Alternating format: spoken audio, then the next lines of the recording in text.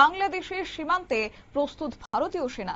বিস্তারিত যাব, সঙ্গে যুক্ত হয়েছে প্রতিনিধি সৌম্য মুখোপাধ্যায়। সৌম্য, কি জানতে পারছো?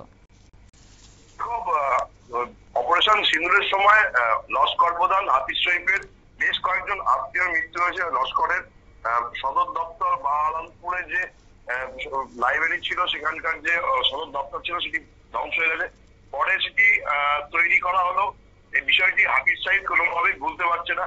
আমরা কিছুদিন আগেই জেনেছি যে সে তার বোনকে সামনে রেখে একটা নারী ফিদায়ে ব্রিগেড তৈরি করেছে লস্করের, যার মাধ্যমে ভারতের নাশকতার ছক কষছিল। এবার নতুন একটি তথ্য জানা গেছে, যেটা নিয়ে চাঞ্চল্য পড়ে গেছে। জানা গেছে যে বাংলাদেশের মাটিকে ব্যবহার করে ভারতের নাশকতার পরিকল্পনা করছে লস্করের প্রধান হাফিজ সইদ। ইতিমধ্যেই এই নিয়ে দাবি করেছে লস্করের একজন শীর্ষস্থানীয় নেতা এবং হাফিজের ঘনিষ্ঠ বলে পরিচিত সইফুল্লাহ শহীদ।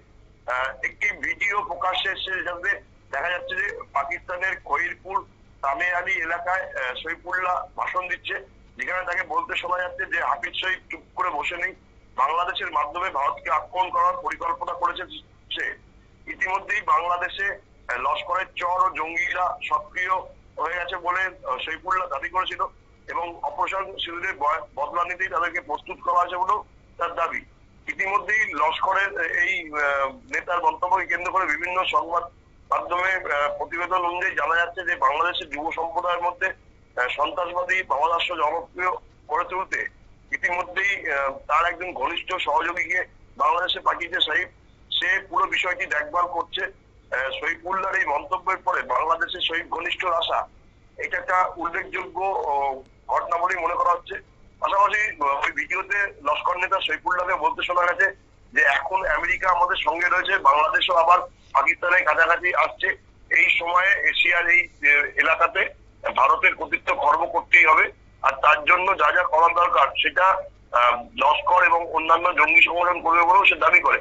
আর এটার পরেই ভারত এই বিষয়টি নিয়ে নড়েচড়ে বসছে এবং বাংলাদেশ সীমান্তে ভারতীয় সেনার নজরদারি বাড়ানো হয়েছে। পাশাপাশি ভারত সমস্ত রকম পরিস্থিতির মোকাবিলা করার জন্য প্রস্তুত রয়েছে।